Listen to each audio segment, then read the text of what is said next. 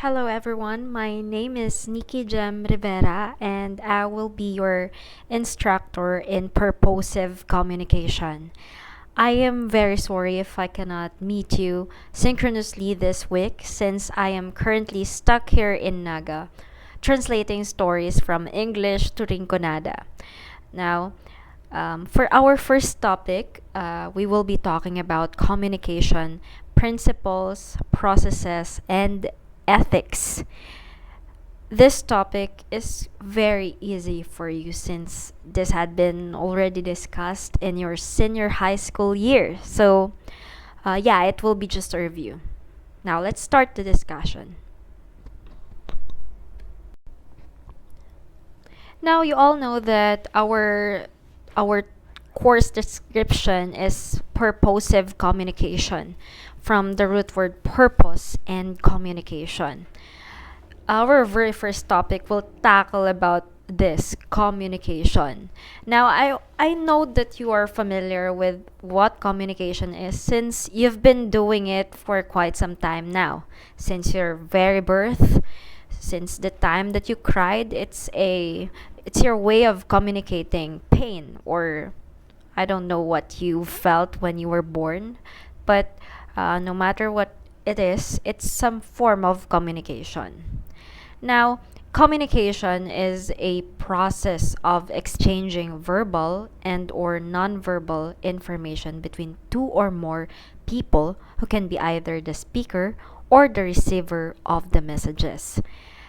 It's the very the simplest definition of communication, verbal and nonverbal. When we talk about verbal communication, it's all about using words, either spoken or written. Now, with nonverbal, communication becomes a little bit complicated since nonverbal could cover gestures, facial expression, the way you dress, the way you carry yourself. Those are nonverbal form of communication. So nonverbal and verbal carry the message. So in the communication process, I'm going to show you a model later on about the communication process. It has a speaker and the receiver of the message. Also, another definition of communication is that it is used to meet the purpose of a person. Remember, purposive communication. So, all kinds of communication must have a purpose, purposive.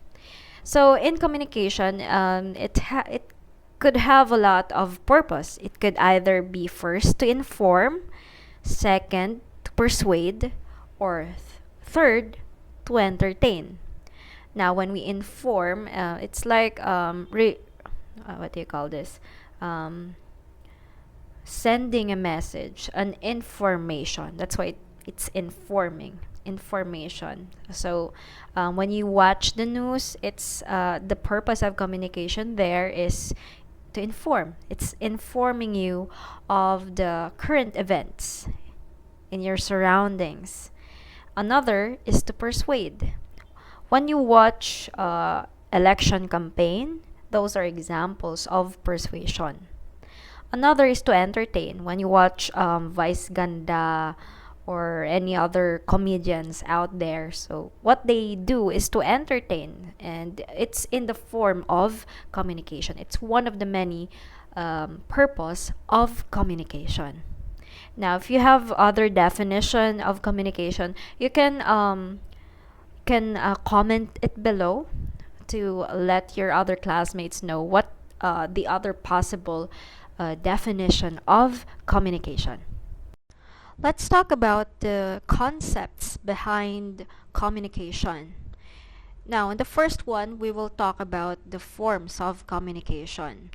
When we think of communication, we always think of oral or verbal means of communication, but it's not that simple because communication, the forms of communication, has a lot of forms, as I've said earlier. First is the written. everything that you read around you is a written form of communication. Another is the verbal, the way we speak.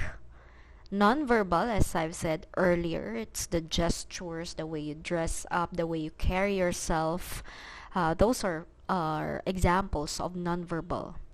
And last but not the least, visuals.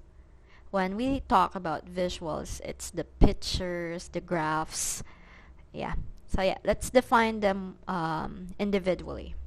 When we talk about written communication, it involves texts or words encoded and transmitted, like memos, letters, reports, online chat, short message, etc.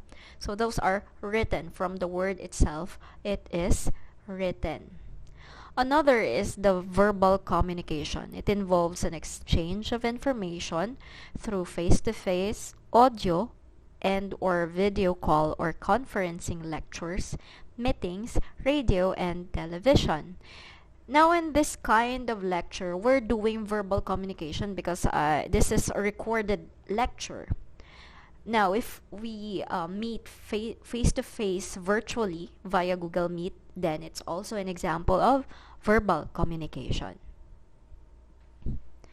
Next is the nonverbal form. It involves the use of the following to convey or emphasize a message of information.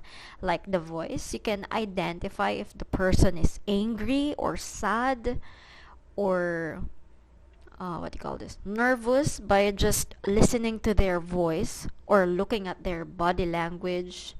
Yeah, that's how easy spotting the nonverbal form of communication.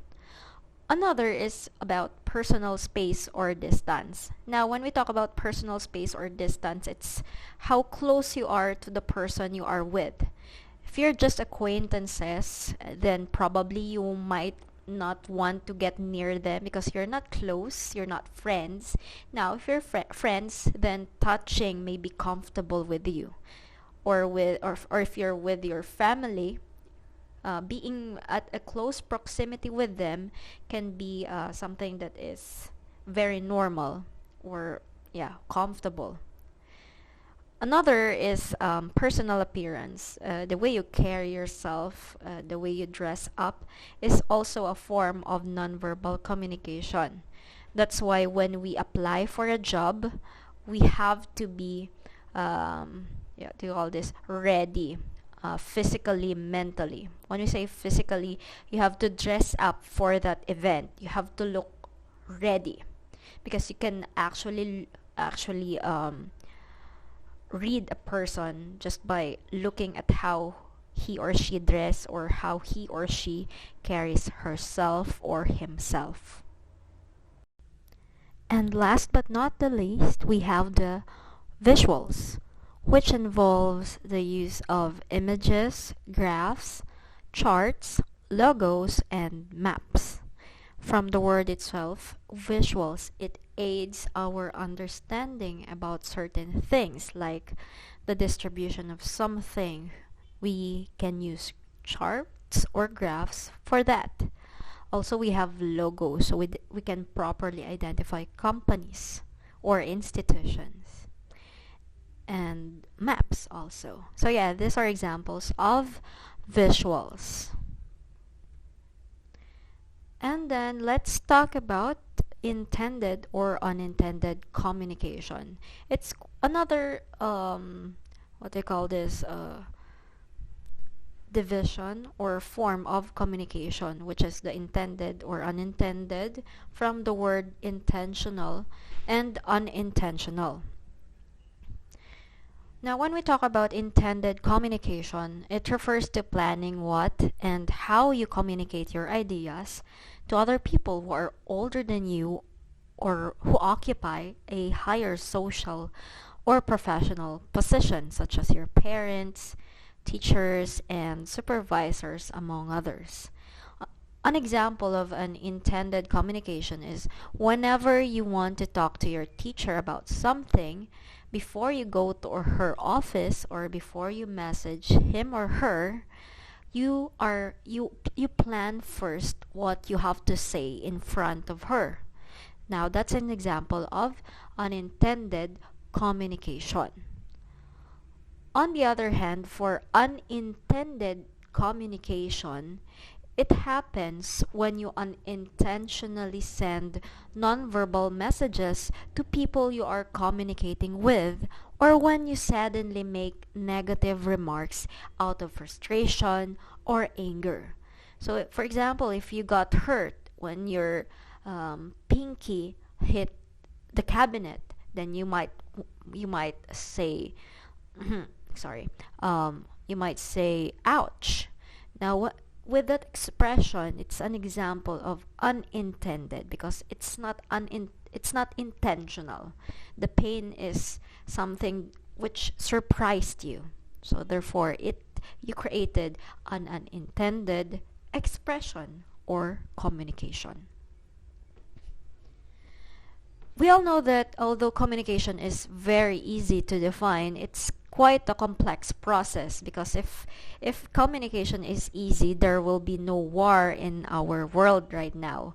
But since we know how to define it, but we don't know how to do it properly, there are some complications because communication is a complex process which has a lot of requirements. First is you have to know your audience. Before you, for example, if you're invited as a speaker, you have to adjust your language based on the knowledge of your listeners. For example, if you're talking to a child, you have to adjust your language. You have to use simple words for them to understand what you are saying. Now, it's different if you're talking to your teachers because you can now use complicated language in order to express what you wanted to express. That's how we know our audience.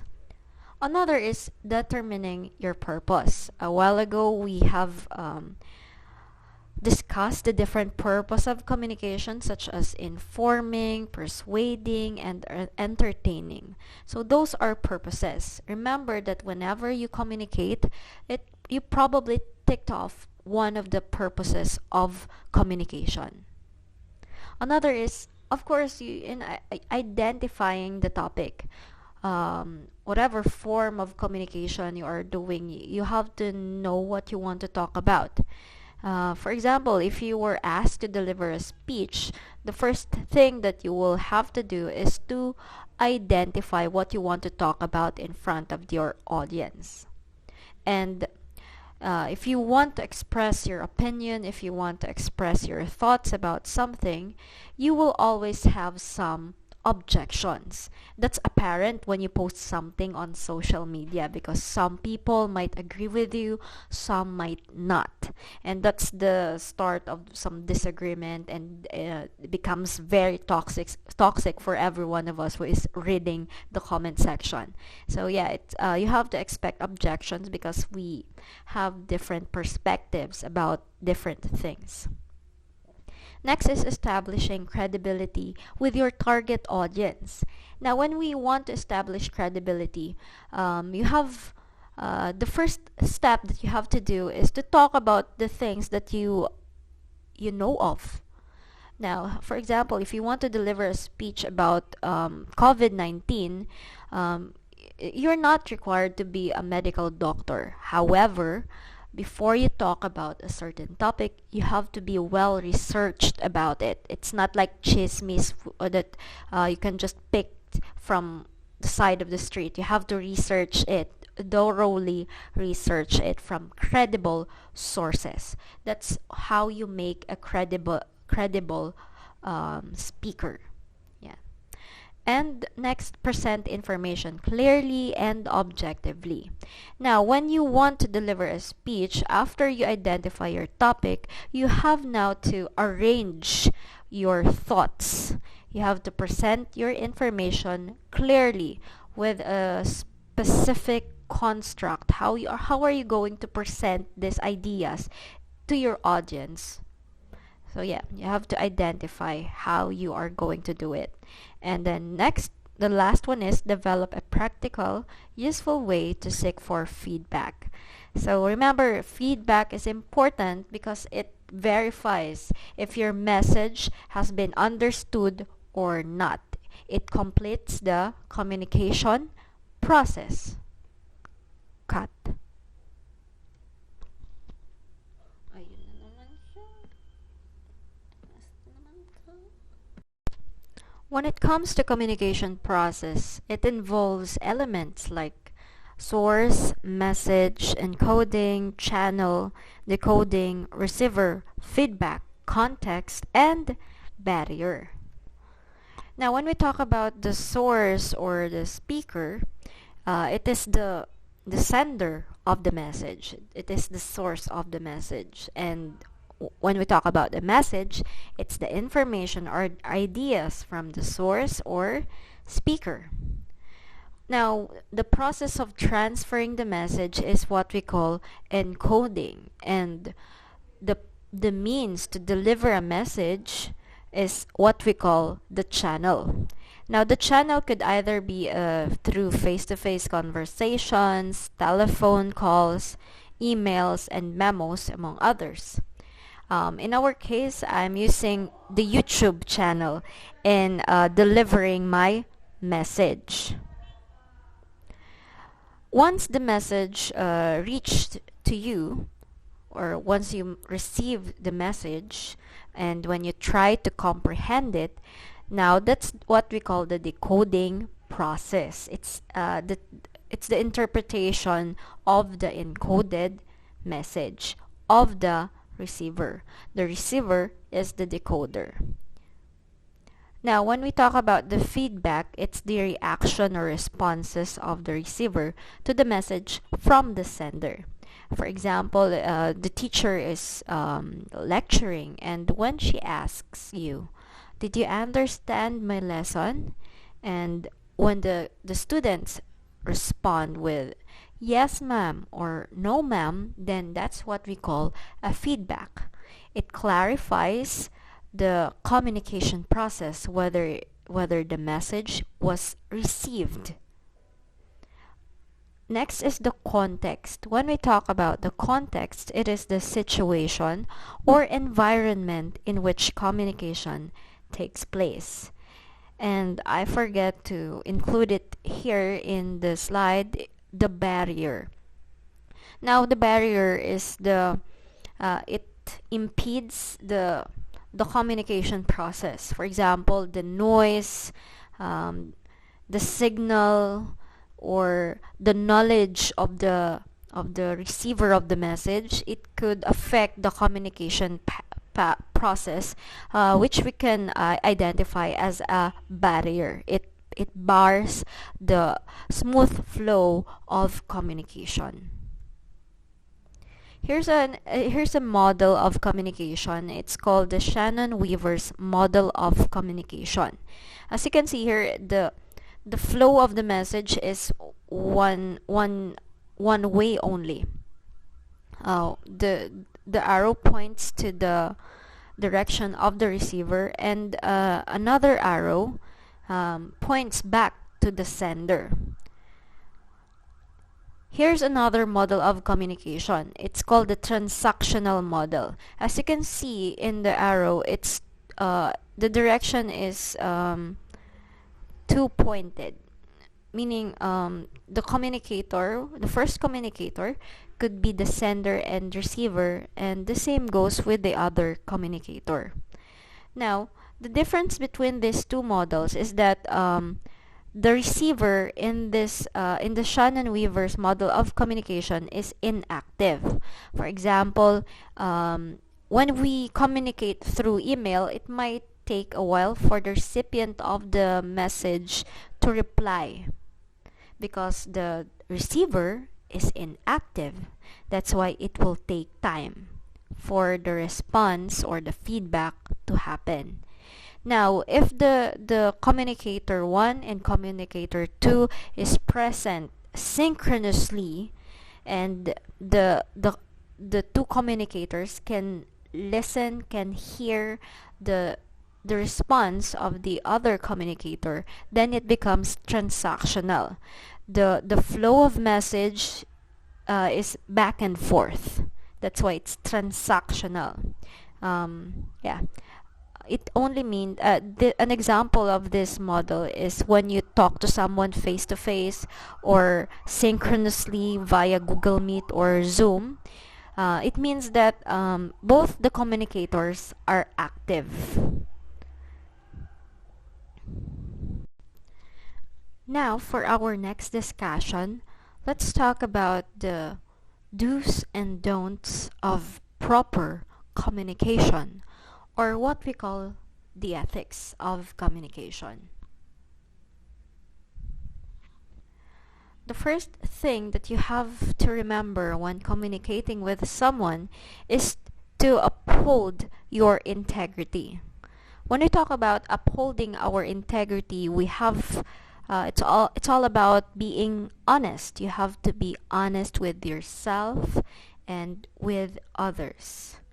Why is it important? Why is honesty important? Because when you communicate honestly, then your credibility will be legitimate. Yeah, so first, uphold your integrity.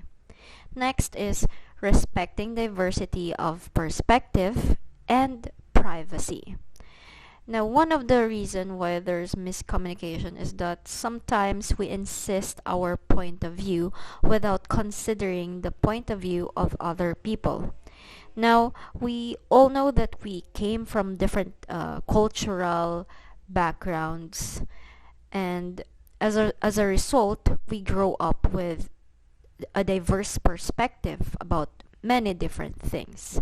So, whenever we communicate, it's important that you remember that people think differently because they came from different backgrounds. Another is all about privacy. So, if a friend confided with you, it's important that the what he or she said to you should be kept in private, so as not to lose her or his trust in you. Another is observe freedom of expression effectively. I think it was Superman who said that with great power comes great responsibility. Just because you have all the freedom to express yourself verbally or through your social media, it doesn't mean that you will not be liable with whatever effect it may have to you or in your family. So whenever you post something, you must have to think. You have first to think before you post something. Yeah. So observe freedom of expression effectively. Next is promoting access to communication. It's important that you remain open whenever you communicate and be open-minded. When we talk about being open-minded, it's almost the same with respecting diversity of perspective. When you're open-minded, then you are aware that people think differently. And last but not the least, develop your sense of accountability. So, for example, if you committed a mistake, if you communicated a message that is wrong or proven wrong, then you have to admit it. You have to be accountable with your own mistake. Now, for our last topic, how do we communicate effectively? These are some reminders on how you can become an effective communicator. First, be clear with your purpose.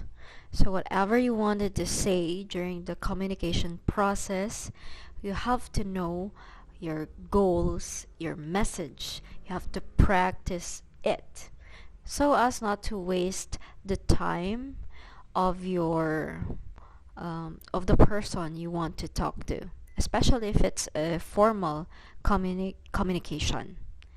Next is support your message with facts.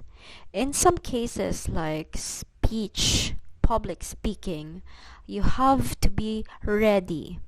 For example, you wanted to prove something out of your opinion, or you want to persuade your audience to believe your point of view.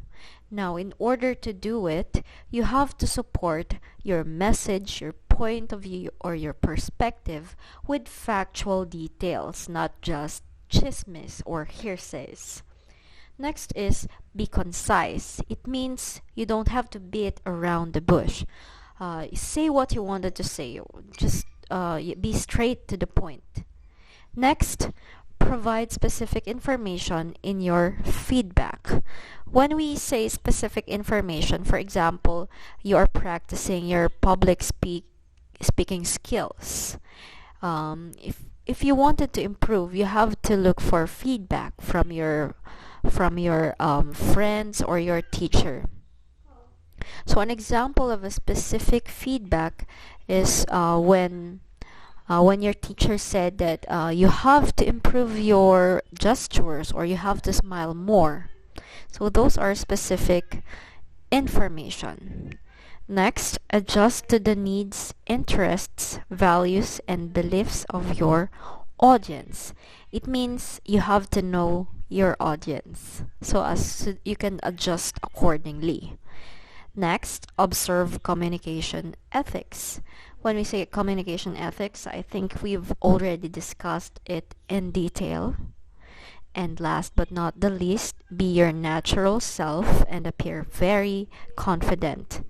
It just means you don't have to pretend to be someone to be liked by your audience. You have to be natural. You don't need to pretend. So that ends our discussion about communication principles, processes, and ethics. If you have questions, don't hesitate to reach me out via Messenger. So that's it. Thank you so much and bye.